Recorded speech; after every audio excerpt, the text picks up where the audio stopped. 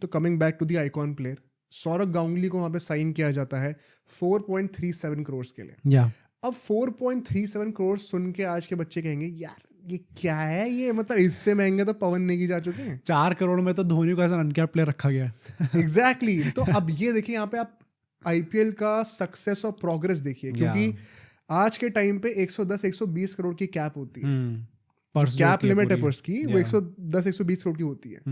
उस टाइम पे total purse की लिमिट 20 करोड़ थी, टोटल पर्स खर्च करने के लिए 20 करोड़ थे, तो उसका आपने ऑलमोस्ट 1/4 पैसा एक प्लेयर पे लगा दिया है। तो उस पॉइंट ऑफ व्यू से ये बहुत ज्यादा पैसे थे।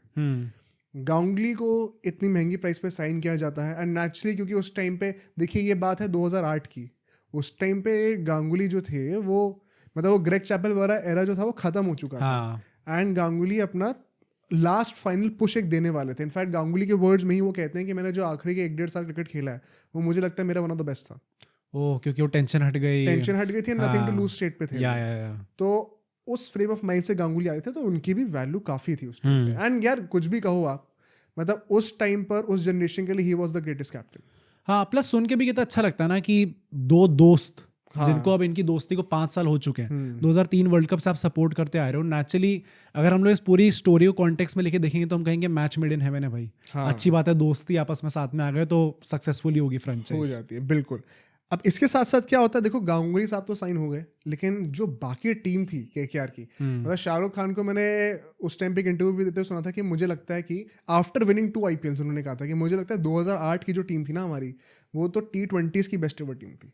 मतलब he was so confident eight that point of time. और उस टीम में मतलब कुछ नाम भी आप सुनो अगर तो यू वुड बी एनवियस यार एज एन ओपोनेंट। मतलब क्रिस गेल और ब्रेंडन मैकलम एक टीम में, ये कहाँ देखने को मिलता है। और मुझे लगता है ये क्रिकेट इन जनरल आईपीएल के लिए एक बहुत बड़ा धोखा हुआ है कि हमें ये पार्टनरशिप कभी फ्लरिश करते हुए दिखी नहीं। वही मुझे भी ऐसा लगता है। मतलब आज के टाइम पे अगर हम लोग देखें तो ये 2 खिलाड़ी किसी को एज ओपनर्स मिल जाए, आज के टाइम पे हम लोग अभिषेक शर्मा और ट्रैविस हेड को लेके कहते हैं कि भाई क्या गजब ओपनिंग पेयर है। वैसे ही टाइप का ओपनिंग पेयर जो कि शायद ऑन पेपर उससे भी ज्यादा एक्सप्लोसिव होगा, मच मोर भाई, कोई कंपैरिजन भी नहीं। वही तो वो हमें पहले सीजन में ही दिख गया था केकेआर के अंदर। एग्जैक्टली। अब आप इन दोनों प्लेयर्स की बात करी, रिकी पॉन्टिंग भाई जो कि शायद आप कह सकते हो हिस्ट्री के सबसे सक्सेसफुल कैप्टन है। हमने गांगुली की बात करी अभी, तो ब्रैड हॉस थे, डेविड हसी भाई, डेविड हसी उस टाइम के केकेआर के तो बड़े चहीते हुआ करते थे, मुझे याद है स्पेसिफिकली। उन्होंने ना केकेआर की तरफ से शायद पहली बार वैसा कैच पकड़ा था जो होता है ना कि छक्का होने वाला है तो उछाल दिया बॉल को, फिर बाउंड्री के पीछे के फिर बॉल अंदर है। ये है साल 2010 या 11 की बात है, मुझे जर्सी से याद है मैच, क्योंकि तब की बात है। तो देखा था भाई क्या कैच पकड़ा है, और अब ये कॉमन प्लेस बन चुका है क्योंकि अब इसकी ड्रिल्स होती हैं अलग से। तो बहुत चहीते प्लेयर्स थे। ईशांत शर्मा यंगस्टर थे, शोएब अख्तर भाई, Shoaib Akhtar, Umar Gul, Ajanta Mendis, the guy who created the carrom ball. मतलब हम लोग जो कह रहे हैं कि बैटिंग में बहुत एक्सप्लोसिव यूनिट है, बॉलिंग इज इक्वली गुड भाई, बहुत ही अच्छी है, तो इवन बेटर है शायद। या तो इतने टॉप टियर प्लेयर्स थे इस टीम में, वेरी एनवियस लाइनअप। यहाँ पर अब देखिए एक और बात थी, ये टीम बहुत तगड़ी है, कैप्टन इंडियन कैप्टन है, टॉप नेम्स हैं। शायद आज के लोग ये बात मानेंगे नहीं, बट अगर आपने आईपीएल को पहले के 2-3 साल से फॉलो करा है, मैं ये नहीं कह रहा 2008 से फॉलो करा हूं, I can vouch for this. KKR की जो पॉपुलैरिटी थी, जो पीआर गेम था, जैसे आज के डेट में हम लोग क्या कहते हैं कि सीएसके, एमआई, आरसीबी बिग 3 हैं, और फिर KKR is pushing to come back in that top 3, and मतलब वैल्यूएशन वाइज टॉप 3 में आते हैं, पैसों के मामले में ज़्यादा है, टाइटल्स के मामले में तो ऑफकोर्स टॉप 3 है, बट कहीं ना कहीं वो विराट कोहली फैक्टर आरसीबी को ही खींच लेता करता है। 2008 में जब ये आईपीएल बना था, अगर मैं पॉपुलैरिटी और पीआर गेम की बात करूं ना, मैं ये एग्जैजरेट नहीं कर रहा हूं, मैं सच बता रहा हूं, बाकी सारी टीम्स यहाँ है, केकेआर बाय डिस्टेंस यहाँ थी। और ये चीज मैंने दोबारा रिकन्फर्म करने के लिए, क्योंकि as a kid you have memories of that, मैंने आर्टिकल्स पढ़े उस टाइम के जाके, और भाई पता बड़े बदतमीजों वाले आर्टिकल्स होते थे उस टाइम पे। क्या मतलब शाहरुख खान और केकेआर को जब वो अच्छा कर रहे हैं तो मतलब सरताज पे चढ़ा रखा है, और जब नहीं अच्छा, जैसे 2009 की हम बातें करेंगे, जो डिजास्टर्स हुए थे, भाई बहुत बिलो द बेल्ट जाके बहुत बदतमीजों वाली हेडलाइंस और वो सब कर रखा है, मतलब मजाक उड़ाते थे। मतलब वैसे टाइप का कि आपका गेम जो ध्यान है वो गेम पे नहीं है, बाहर नहीं कि मतलब शाहरुख खान आप तो पिक्चर ही करिए, आपकी तो ये बस की नहीं है, आपको क्या लगता है कि आप पिच में भी वो अपने आप को किंग बोलेंगे और ऐसा होगा, ये सब लिखते थे वो लोग। ओके और ये बड़े बड़े रेप्यूटेड न्यूज़पेपर्स की बातें मैं कर रहा हूँ। सेम टाइम पे मैंने जाके सर्च करा बाकी टीम के आर्टिकल्स, वेरी क्रिकेट बेस्ड। मतलब मुझे ऐसा लगता है ना केकेआर का, जैसे हम लोग आरसीबी के लिए कहते हैं ना, ऑल्दो आरसीबी के पास अब एक पूरी हिस्ट्री है ऑफ फेलियर्स एंड भाई सो मतलब आप, तुम 18 साल को 2-3 साल से कंपेयर कर रहे हो। हाँ नहीं मतलब मैं केकेआर का स्पेसिफिकली इसलिए कह रहा हूँ क्योंकि शायद फ्रॉम द वेरी बिगनिंग काफी पोलराइजिंग टीम होगी केकेआर। नहीं, नहीं पोलराइजिंग तो ये कि यू लव हिम और यू हेट हिम। हाँ एवरीबॉडी लव्ड केकेआर भाई उस टाइम। ऐसा तो नहीं है भाई यार मैं क्रिकेट फैंस की बात नहीं कर रहा हूँ। अब मैं इन जनरल इसके ऊपर ही ना मैंने पता है 2-3 डॉक्यूमेंट्रीज देखी एंड काफी सारे कल्चरल एक्सपर्ट्स और क्रिकेट एक्सपर्ट्स का ये कहना था कि why KKR was such a big phenomena. एक तो शाहरुख खान है, उनकी ना 2007 में वो पिक्चर आई थी ओम शांति ओम। हाँ सुपर हिट हुई थी। या तो उस टाइम पे ही was at an all time high until that point of time in his career. Secondly Ganguly was the greatest captain in the eyes of that generation. तो शाहरुख खान और गांगुली ना ये दोनों ही ऐसे फिगर्स थे जो कि पैन इंडिया थे। ये सिर्फ कोलकाता के रिस्ट्रिक्टेड नहीं थे।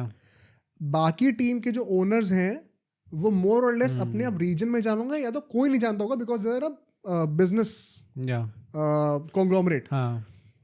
यहाँ पे क्या है, जो आपका मेन प्लेयर है फेस ऑफ द टीम और जो ओनर है वो दोनों इक्वली पैन इंडिया आपका लेके जाते हैं। तो केकेआर की फॉलोइंग ना वो ऑल ओवर इंडिया बन गई थी उस टाइम। मतलब अगर हम लोग ललित मोदी के इंटरव्यू की बात करें, जो उनने कहा था कि आईपीएल को सक्सेस बनाने के लिए उन्हें पता है कि क्रिकेट इंडिया के अंदर दो चीजें चलती हैं, एक क्रिकेट है एक बॉलीवुड है।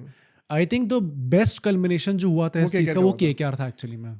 ऑन टॉप ऑफ दैट अब देखो शाहरुख खान का दिमाग देखो, शाहरुख खान जो भी चला जो भी ओनर्स थे उनका दिमाग देखो।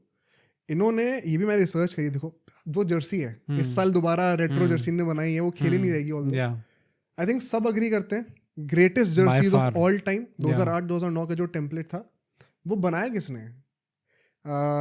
मैंने भी रिसर्च किया था, मनीष मल्होत्रा करके एक बॉलीवुड के वो है डिजाइनर है, उनसे बनवाई गई है भाई वो। भाई मतलब ये जो टॉप नॉच चीज है ना एकदम एलीट लेवल की, सोचा था स्पोर्ट्स जर्सी उनसे डिजाइन कराई गई है जो कि मॉडल्स के लिए होगा। मतलब this is the pro of having a guy like Shahrukh Khan. Secondly जो एंथम है आज तक I think by far the greatest. I think सब लोग कहेंगे नहीं हमें अपनी टीम का बेटर लगता है। आई थिंक जो न्यूट्रल होगा उन्हें पता है कि उस गाने का क्रेज क्या था भाई उस टाइम पे। तो वो भी वो विशाल ददलानी एंड वो जो उन्होंने वो करा कंपोज। तो मतलब Shahrukh Khan had the best access to entertainment industry at that point of time, और उन्होंने वो एलिमेंट्स लाके केकेआर का जो पीआर गेम है, लोगो बेस्ट है, वो हेलमेट नाइट वाला भाई मतलब मैंने बचपन में पता है वो बनाना सीखा था। मुझे इतना क्रेज था उसका। जर्सी बाय फार बेस्ट है, एंथम बाय फार बेस्ट है।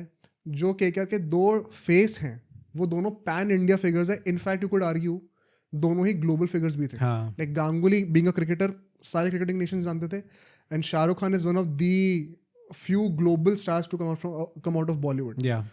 तो केकेआर की अपील ना बहुत ज़्यादा बड़ी थी विदाउट मच एफर्ट। इसके चलते हुए उनका PR game by a big distance बहुत ज़्यादा था। मतलब आज की डेट में लोग सरप्राइज होंगे सुन के, लेकिन फॉलोइंग डबल ट्रिपल होती थी। पहले सीजन के बाद केकेआर एक बहुत ही मीडियोकर टीम निकल के आई थी। एक आर्टिकल में पढ़ा था विच सेड कि it was one of the few teams जिन्होंने ऑलरेडी ब्रेक इवन करके प्रॉफिट कर लिया था, and by a distance number 1 थे वो पैसों के मामले में भी। मतलब दिस इज सरप्राइजिंग क्योंकि मैं पहले पॉइंट कह रहा था कि ललित मोदी ने कहा था कि आप अभी इतना पैसा डाल रहे हो, आपको रिटर्न्स अभी नहीं मिलेंगे, अगले 4-5 साल में कंटिन्यू हो जाएगा, आप ब्रेक इवन पे आओगे और उसके बाद आप पैसा बिल्ड करना स्टार्ट करोगे। जैसे जो अभी लखनऊ सुपर जायंट्स के जो ओनर हैं उन्होंने ये चीज़ बोली थी, किसी पॉडकास्ट में ये चीज़ बोली थी कि अगले 1-2 साल में अगले मेरे वो ब्रेक इवन पे आ जाऊंगा और उसके बाद प्रॉफिट कमाऊंगा। हाँ एग्जैक्टली, उनको पहले सीन में हो रहा था ये। तो तुम समझ रहे हो कितना सक्सेस था उस क्लब में। मैं एक और एग्जांपल देता हूँ, इतना ज़्यादा पीआर था 2009 में। यार तुम सोचो इतनी छोटी चीज़ है, उसके लिए आप देखो कितना ज़्यादा पैसा खर्च करने को तैयार है। चीयर लीडिंग कौन करेगा? हमें चीयर लीडर्स चूज करने हैं भाई, बहुत आसान है चूज करना। You get in touch with the agencies, वहाँ से आप हायर कर लो। केकेआर कह रही है हम इससे भी पैसे कमाना जानते हैं भाई, हम एनडीटीवी के साथ टाइप करेंगे और हम एक शो बनाएंगे नाइट्स एंड एंजल्स करके, और उसमें जो कंटेस्टेंट जीतेंगे वो हमारे लिए चीयर लीडिंग करेंगे। चीयर लीडर्स अब होते हैं ये अब it's a very interesting phenomena. होते हैं लेकिन हमें दिमाग में नहीं आते। हाँ भाई, सोच रहे हो बिल्कुल ही नहीं आते अब तो। उस एक बीच में टाइम था जब हटा दिए गए थे, अब वापस लाए गए हैं।